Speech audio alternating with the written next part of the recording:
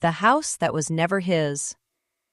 My brother told me I was not invited to his wedding at 7:14 on a Thursday night, while I was sitting alone in my office above a title company in downtown Columbus, listening to the copier chew through a stack of closing packets. The building smelled like burnt coffee, toner dust, and rain-soaked wool from the coats hanging near the receptionist desk. And for a few seconds, I watched his message glow on my phone as if the words might rearrange themselves into something less cruel. "It's only for the closest family, Maddie. Hope you understand." I understood perfectly.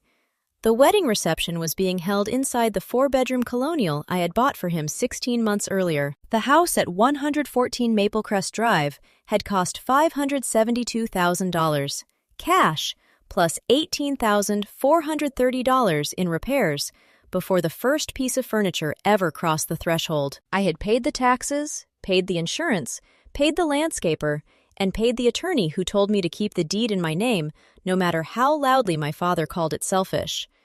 They thought my silence meant surrender. My name is Madison Reed. I was 32 years old that summer, a senior escrow officer with a reputation for finding bad numbers before they became lawsuits. I could smell forged paperwork the way some people smell smoke, not because I was gifted, but because I had spent 12 years learning that fraud rarely arrives wearing a ski mask. Most of the time, it arrives smiling, holding a pen, telling you it is just family. My family had been telling me that since I was 14. Before my mother died, the Reed house had rules. If Connor got new cleats for baseball, I got the art supplies I needed for school. If my father took him to breakfast after a good report card, my mother made sure I got the same small ceremony for mine. She believed fairness was not a mood or a favor, but a structure inside a home. Then ovarian cancer took her in October, and the structure cracked before the sympathy cards stopped arriving. My father, Martin Reed, loved my brother with the kind of pride men reserve for their own reflection. Connor was tall, charming, quick with a grin, and allergic to consequences. He could wreck a car and somehow become the victim of the telephone pole. He could fail a class and somehow make the teacher sound jealous of his potential. I was different. I was the daughter who managed, the quiet one, the one who could be told no because I would not make dinner uncomfortable. That became my job. At 16, Connor got a used Jeep with a red bow on the hood because my father said boys needed independence.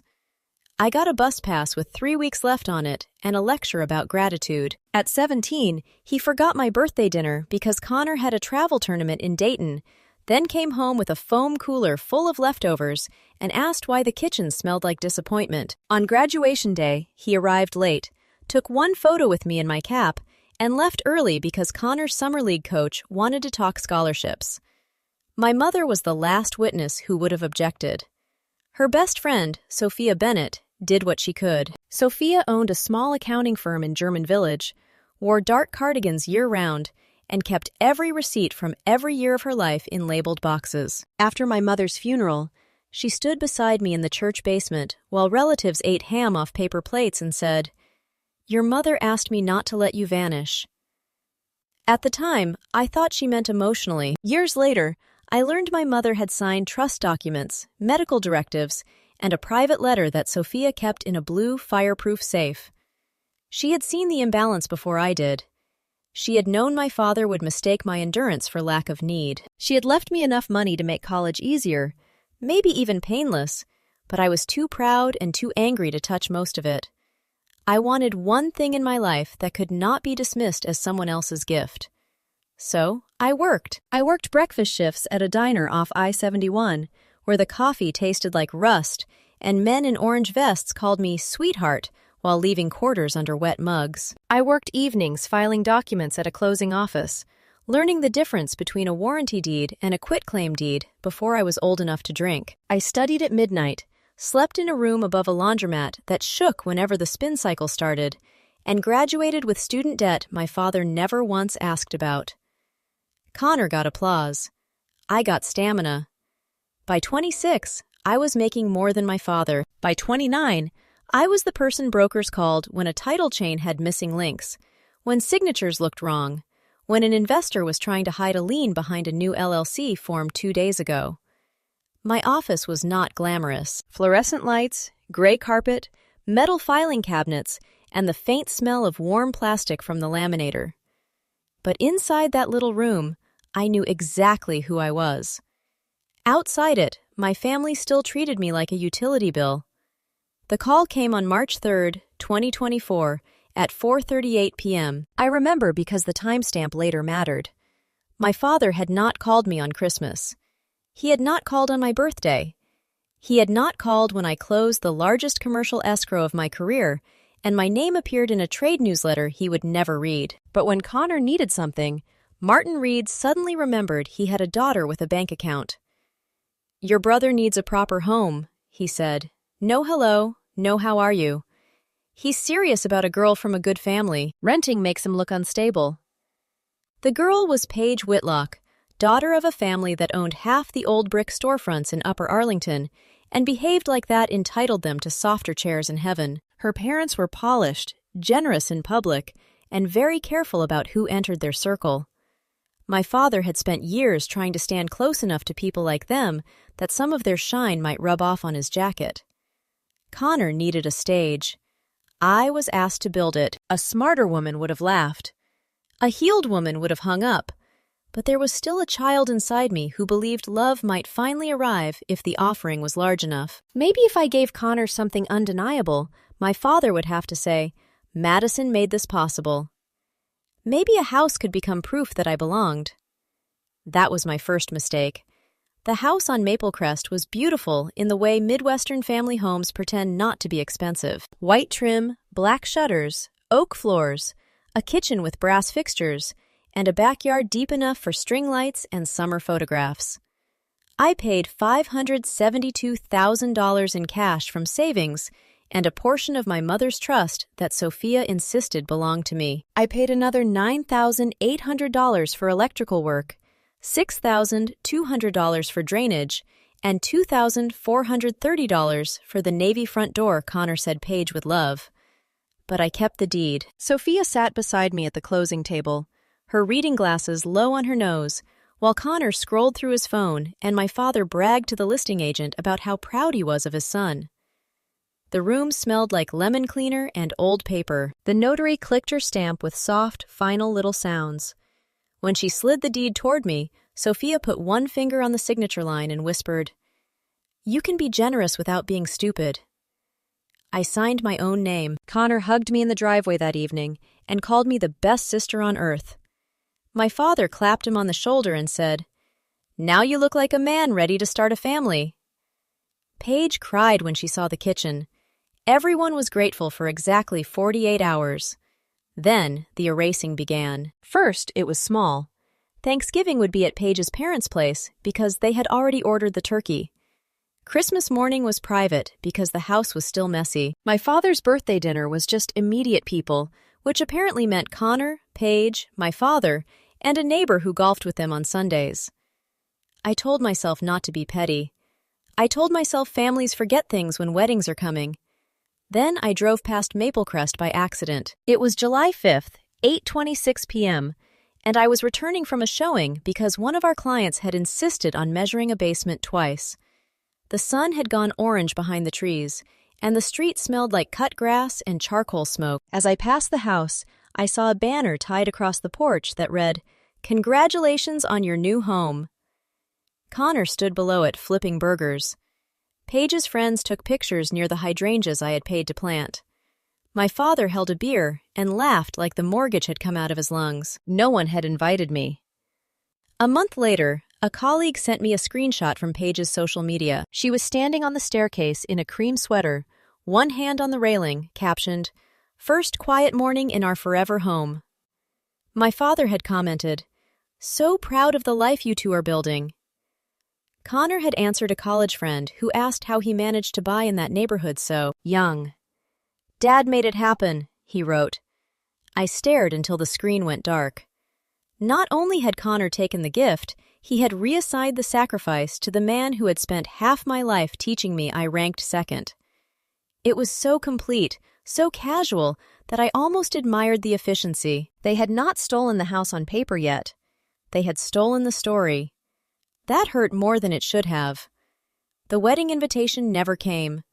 I knew the date because Sophia heard it from a client who belonged to the same country club as Paige's mother. August 17th. St. Andrew's Chapel at 4. Reception at the couple's residence at 6. Thick cream invitations. Gold script. My house turned into calligraphy. Still, I waited. The message arrived 11 days before the wedding. It's only for the closest family, Maddie. Hope you understand. Under it, Connor had added a laughing emoji, as if cruelty became lighter with decoration. I read it twice. Then I set the phone face down on my desk and listened to the copier finish the last page. Something inside me stopped negotiating. I did not scream. I did not call my father. I did not send Connor the list of payments, the invoices, the insurance declarations, the county tax receipts, the deed book reference, or the PDF from the recorder's office showing exactly one owner. I opened the bottom drawer of my desk and removed the red binder Sophia had given me for Christmas as a joke. It was no longer a joke. The first tab was labeled Purchase. The second was Taxes. The third was Insurance. The fourth was Repairs. The fifth was Communications. Every document had a date. Every receipt had a source. Every screenshot had been printed, saved to an encrypted drive, and backed up to Sophia's office server at 10:12 p.m. that night, while rain tapped against my apartment windows like fingernails on glass. That was when the audit began. 3 days later, my friend Jenna Ortiz called me from the records department of a law firm near Broad Street. Jenna and I had survived enough bad closings together to speak in short, careful sentences when something smelled wrong. I answered on speaker while eating cold noodles at my desk. "Madison," she said, "has Connor asked you to sign anything recently?" My fork stopped halfway to my mouth. Jenna told me a man matching Connor's name had contacted a real estate attorney asking whether a long-term occupant could claim ownership if the original buyer had intended it as a gift. He had also asked about preparing a quitclaim deed for a family transfer and whether an electronic signature would be accepted if the grantor was difficult to schedule. The attorney declined the matter because the questions were too evasive. My office went very quiet. I asked Jenna to send nothing, say nothing, and forget the call happened if anyone asked. Then I drove to Sophia's house with the binder on the passenger seat. Her kitchen smelled like cinnamon tea and printer ink. She read the notes without interrupting, then unlocked the blue fireproof safe where she kept my mother's documents and the duplicate house file. "This is no longer ingratitude," she said. "This is a plan." The next morning, I met Russell Kane, the kind of attorney who wore plain navy suits and made dangerous people nervous by never raising his voice. His office overlooked the courthouse. The lobby smelled like floor wax, old leather, and coffee that had been sitting too long on a warmer. I placed the red binder on his conference table and pushed it toward him. Russell read for 17 minutes without speaking. Then he said, "Your brother has no legal claim to the house, but if he tries to forge your signature or obtain financing using ownership he does not have, we may have fraud, attempted theft by deception, and possibly wire fraud depending on the communications. Do not warn him. Do not argue. Let paper do what paper does." That sentence changed my life. We pulled the county records. We ordered a title update at 9:03 a.m. on August 9th. We placed a fraud alert with the recorder's office. Russell sent a confidential notice to the title network flagging any deed, transfer, refinance, or HELOC attempt involving 114 Maple Crest Drive without my wet signature verified in person. Sophia drafted a ledger of every dollar I had spent, down to the $43.16 receipt for brass cabinet pulls, Paige said, made the kitchen feel warmer. By Monday, the trap had edges. Connor walked into it on Wednesday. At 2:41 p.m., someone using a Gmail address with Connor's initials uploaded a quitclaim deed through a remote notary platform. The grantor's signature was mine, except my middle initial was wrong. The slant on the M was forced, and the IP address traced to a co-working office 2 blocks from Connor's employer. The receiving party was Connor Reed. The stated consideration was $10. Attached to the packet was a note claiming I had always intended the property as a wedding gift. I laughed once when Russell showed it to me. Not because it was funny, because after all those years of being told I was dramatic, difficult, emotional, jealous, and selfish, the crime itself had arrived in a folder labeled Family Transfer. It was almost elegant in its stupidity. Russell contacted the platform. The account was suspended. The submission was preserved. The bank that had received Connor's preliminary home equity inquiry preserved its emails too. Connor had asked about borrowing $86,000 against the house for wedding consolidation and liquidity. He had not owned one nail in the baseboards. Now we had more than a boundary. We had evidence. Russell wanted to file quietly after the wedding. Sophia wanted to confront my father immediately, preferably with a witness and a locked door between them. I wanted neither. I wanted precision. If Connor and my father had built a public life on a private lie, then the truth needed to arrive where the lie was strongest. The reception. I did not try to ruin the ceremony. That mattered to me, maybe more than it should have. Paige did not know enough yet to deserve humiliation at the altar, and even Connor's lies did not give me permission to turn vows into theater. But the reception was different. The reception was the stage built from my money, my silence, and my exclusion. So, I sold the house. The buyer was a surgeon relocating from Cincinnati, already renting nearby, pre-approved, cash-heavy, and desperate for Maplecrest because his children attended school 2 blocks away. We had been in quiet conversations since Russell advised me to evaluate all options. On August 14th at 11:30 a.m., 3 days before the wedding, I accepted his offer for $604,000 with a 30-day occupancy notice to the current residents. The closing was clean. The deed was recorded on August 16th at 3:17 p.m. 1 day before Connor's wedding, the house was no longer mine. That sentence might sound like a loss. It was not. It meant Connor could not forge it away from me. It meant the money returned to the person who had earned it. It meant any future conversation about Maplecrest would happen with a buyer, a recorded deed, and a legal notice Connor could not charm, guilt, or shout into obedience. The wedding day was painfully beautiful. August 17th arrived bright and hot, with cicadas screaming from the maple trees and sunlight flashing off car windows like small warnings. I did not go to the chapel. I parked 6 blocks away under a sycamore and listened to jazz because silence felt too sharp. My dress was simple. My shoes were flat. The red binder sat on the passenger seat like a second heartbeat. Jenna texted from inside. "Paige looks stunning. Your father is acting like he is hosting a royal event. Connor is grinning too much." I watched the clock. At 5:48 p.m., the first guests began arriving at Maplecrest. Caterers rolled silver carts through the side gate. The florist carried white roses past the navy front door. A violinist tuned under the porch, and the thin notes floated down the street above the smell of hydrangeas, hot pavement, and expensive perfume. A wooden sign near the walkway said, "Welcome to our home." Our home. At 6:09 p.m., Russell's courier parked at the curb. He was a soft-spoken man named Daniel, wearing a gray suit and carrying a cream envelope large enough to look official without looking theatrical. Inside were the recorded deed history, the sale confirmation, the notice to vacate, copies of the attempted forged quitclaim submission, the preserved IP log, and Russell's letter advising Connor to retain counsel. Paper has a sound when it arrives with authority. At 6:14 p.m., the wedding party shuttle pulled up. Paige stepped down first, veil pinned over one shoulder, bouquet in both hands.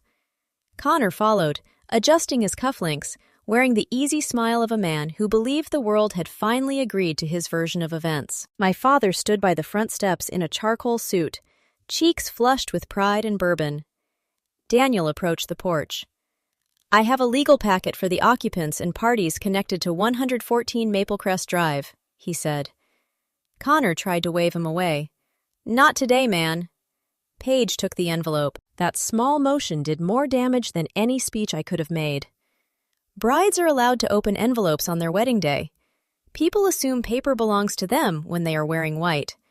She broke the seal with one fingernail while guests gathered behind her in a sparkling, confused crescent. The violin stopped first. Paige read the first page, then the second. Her face did not crumple. It sharpened. She looked up at Connor with the expression of a woman discovering the floor beneath her was painted canvas. "Who is Madison Reed?" she asked. Nobody moved.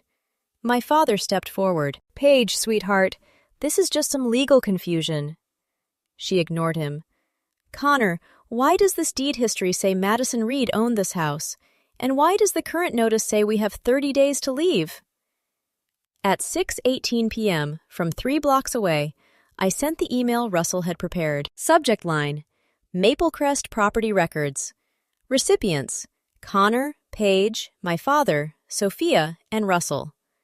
Body: the property at 114 Maplecrest Drive was purchased by me on April 22, 2024, remained solely in my name, and was sold on August 16, 2024. Attached are the recorded deed, payment ledger, title update, and notice to vacate. Further communication should go through counsel. Madison. No adjectives, no begging, no rage. Jenna called me at 6:21, whispering so softly I could hear her breathing more than her words. "Your dad just checked his phone. Connor looks sick. Paige's mother is reading the packet now. Maddie, everyone can hear them." I stayed in my car with both hands on the steering wheel. Inside the front hall, Margaret Whitlock, Paige's mother, took control with the cold grace of a woman who had chaired too many charity boards to be intimidated by panic. "Reception can wait," she said. "Explanation cannot." The confrontation moved into the foyer, but the double doors stayed open, and sound travels beautifully through expensive homes. Guests heard pieces. My name. Deed. Forgery. 30 days. Closest family. At one point, Connor tried to say I had always been unstable about family matters, and Paige repeated the phrase from his message, as if reading the label on poison. "You told your sister she was not closest family," she said, "after she bought this house?" My father tried to save him. "Madison likes control. She uses money to make people feel indebted." Paige's voice stayed quiet.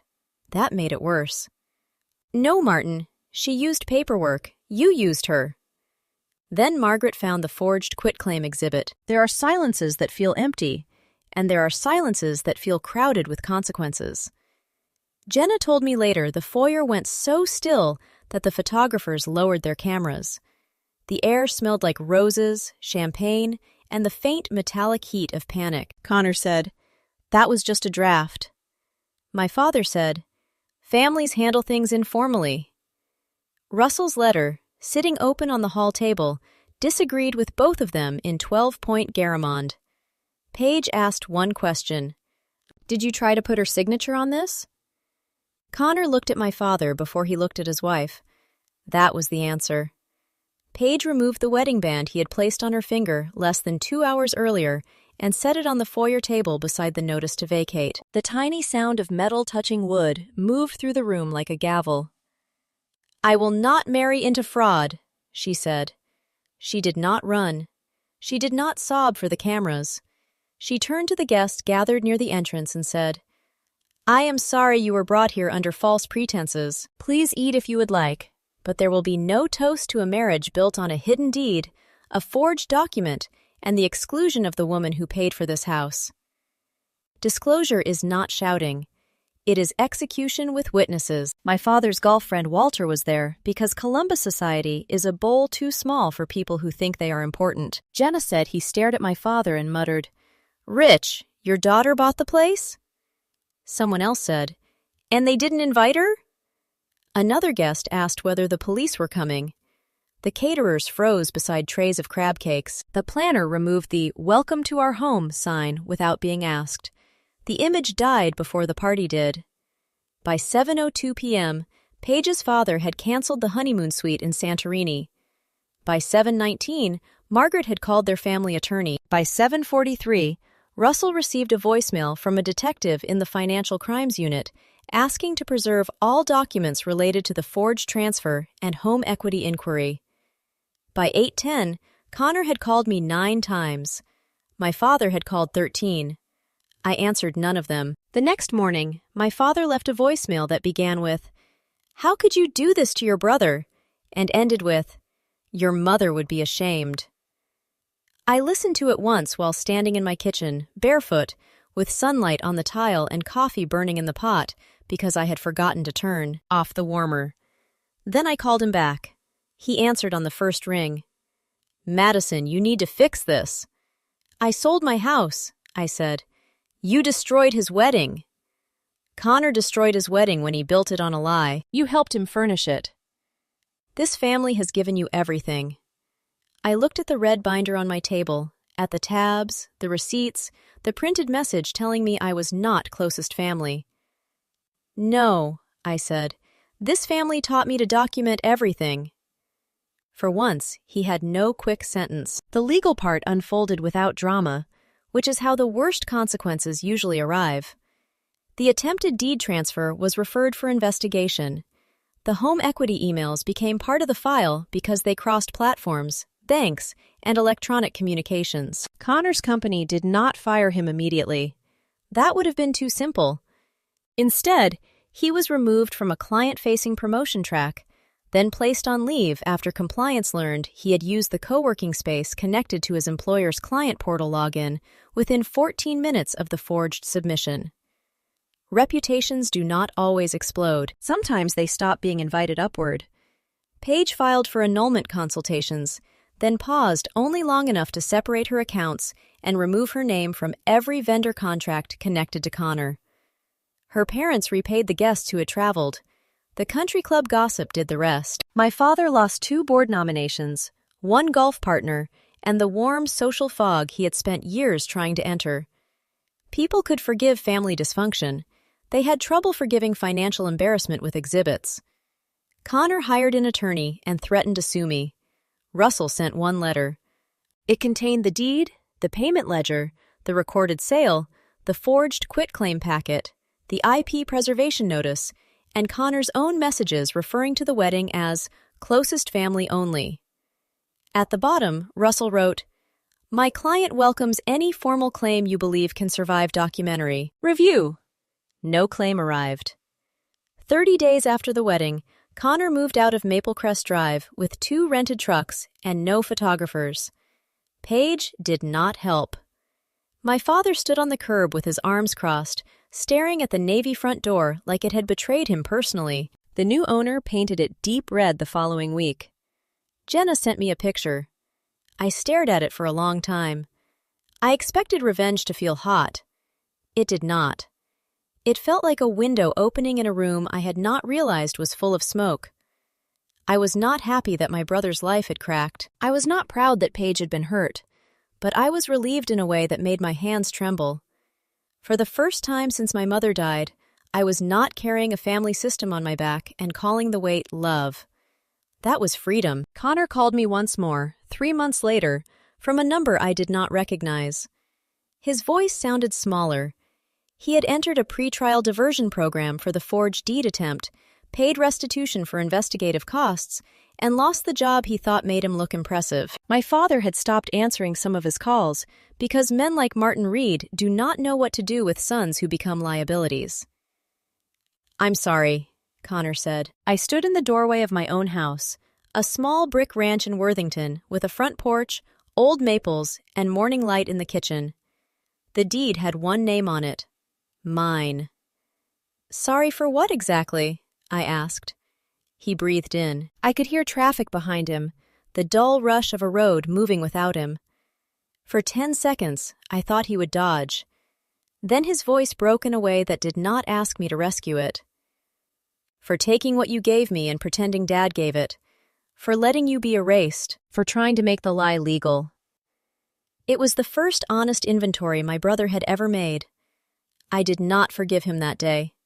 Forgiveness is not a vending machine where apology goes in and absolution falls out. But I told him I hoped he became the kind of man who never needed another woman to pay for his image. He cried quietly. I let him. Then I ended the call. Sophia came over that evening with soup, bread, and the blue folder my mother had left for me. Inside was the letter I had never been ready to read. My mother wrote that love without fairness becomes hunger. She wrote that my father admired strength only when it served him. She wrote that if I ever found myself buying a place at someone else's table, I should stand up before the bill arrived. I read that sentence 3 times.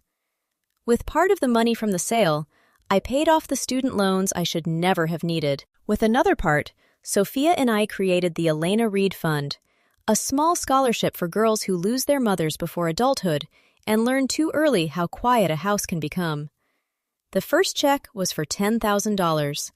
The memo line said, "For daughters who should not have to disappear." The red binder sits on a shelf in my office now. I do not open it often. I do not need to. The lesson is no longer inside the paper, it is inside me. A boundary is not cruelty. A record is not revenge. And sometimes, the most powerful thing a woman can say to the family that trained her to beg is nothing at all. Just her signature.